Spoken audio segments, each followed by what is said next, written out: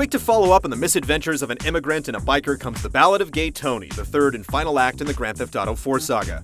It adds to the series' diverse palette of themes with a touch of glitz and glam, wrapped up with a host of new additions, new features, and a new cast of morally depraved souls.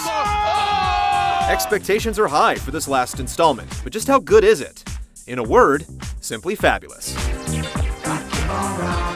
the fuck is it? It's me, though. Oh, whatever. Come up.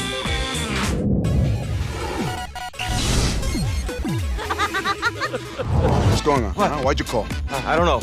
Because of that thing, T? Come on, that sparkly thing. Wake up, you junkie fag. Oh, right. That thing. That shit. Right, that thing. Okay. All right, Louis. All right, we gotta go.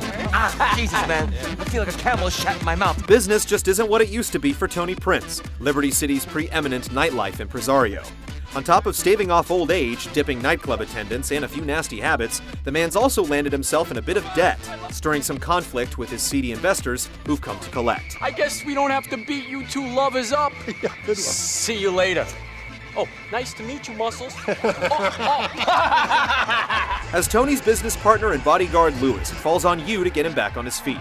This, of course, entails handling a few questionable odd jobs for Tony's creditors, but somebody's gotta do all the dirty work. What's my name, baby? What's my name? Ooh, yeah. Yeah. In true Rockstar tradition, The Ballad of Gay Tony tells a dark tale with undercurrents of fanaticism and farce interspersed among its cast of well-developed characters. Tony is an erotic, obnoxious mess who, despite his failings, is a truly lovable loser, while Lewis plays foil to his loudmouth antics with an understated, no-nonsense intensity. Evan, look. I always thought that even for a coke push and steroid junkie, you were a particular asshole. Okay, I'm just gonna admit that. Now, would you shut the fuck up before I shut you up? The writing is sharp, packing plenty of wit and personality, and isn't afraid to push a few buttons in the name of entertainment. The bond that exists between Lewis and Tony is genuine, and for all the trouble you'll run into, you'll definitely want to see his plight all the way to the end. What about me? You guys can't just leave me here. Yeah, good point. Now, fuck off, Evan. You get him the pills. Be gone before I get back.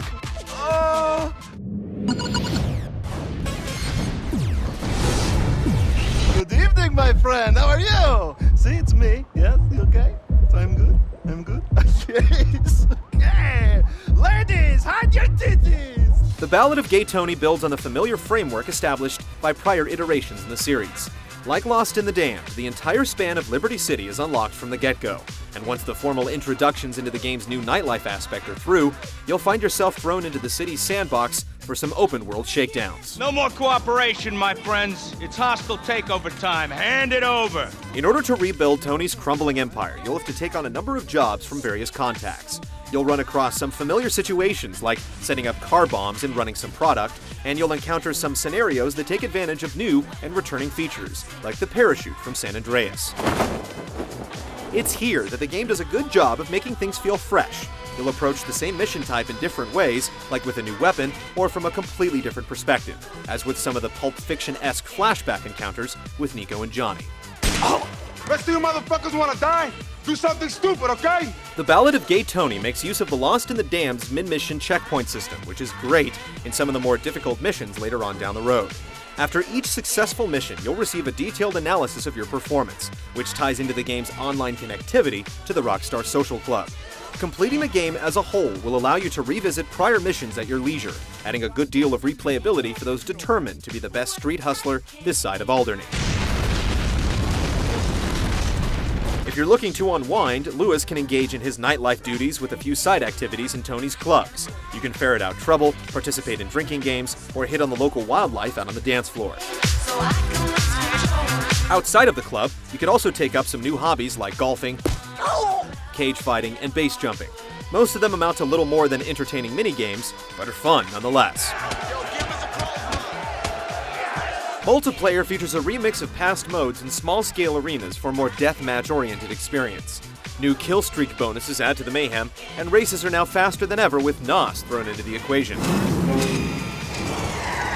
With no new modes, this isn't very different from what GTA 4 set out to do, but factor in all the new weapons, vehicles, and gadgets, and online in Gay Tony is a much more diversified experience. The Ballad of Gay Tony clocks in at a healthy 10+ hours, comparable to many full-price retail games.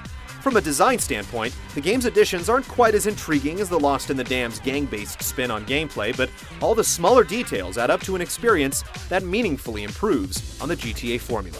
Fuck you! Man, this town is full of degenerates.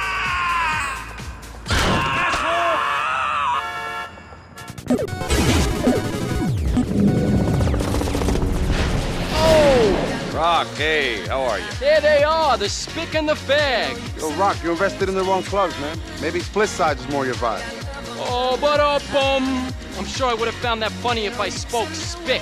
Lewis may not have been in the Serbian military or part of a gang of hardened bikers, but the guy is more than able to tackle the mean streets of Liberty City. Much of the series' core gameplay remains untouched. The Ballad of Gay Tony brings more content than it does innovation. Hey, man. Hey, nigga. What's up? What's up? So glad you could make it, man. Seriously. Fucking A. Yo, for real, man. Yep. You okay, bro? At the top of the menu is a new loadout of arms, with goodies like an assault SMG, incendiary shotgun ammo, and sticky bombs rounding out a short list of explosive new options. You'll find yourself with a lot more tools to dish out the damage, though a lot of the lingering issues like iffy blind fire and sticky cover remain annoying hindrances. As was the case with past iterations, a lot of the game's flow is entirely what you make of it. You can choose to pursue your own interests with lazy scenic drives around town, or get straight to the point with cab rides to the next story mission. Take me over to Hove Beach. Cool. I'll take the long way. A few new activities you can engage in, like helping to build a friend's budding drug empire, add substance to the side missions, but the nightclub aspect of the game feels underwhelming and underused. Compared to the Lost and the Damned, Gay Tony takes more of a safe bet by choosing to add more than to innovate. Look at me. Watch my lips move. I can teach you things. But there's no arguing that there's still plenty to see and do around Liberty City, and that's what truly counts. Are you kidding?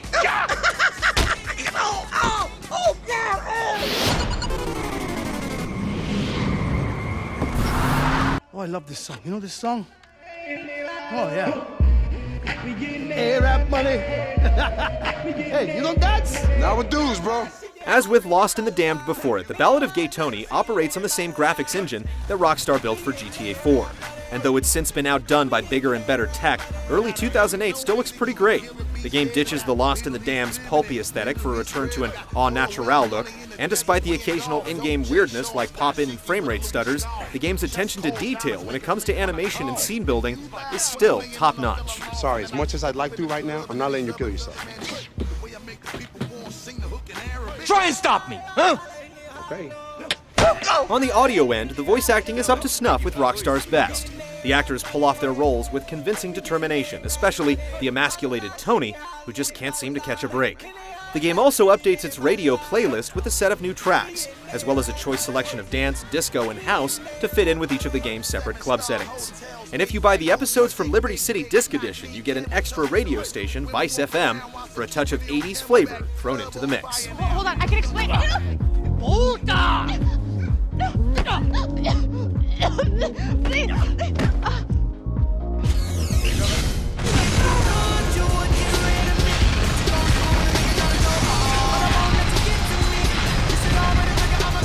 It doesn't so much reinvent Liberty City as it does reskin it, but for a truly enjoyable way to end the GTA 4 party right, the Ballad of Gay Tony fires on all cylinders.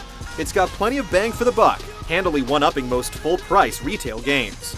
It's a bit of a shame to see the DLC bonanza ending so soon, but the game's driving pace, multiplayer additions, and replayability amount to nothing short of a fulfilling experience. Dun dun dun dun dun dun dun dun dun dun dun dun. It's kosher.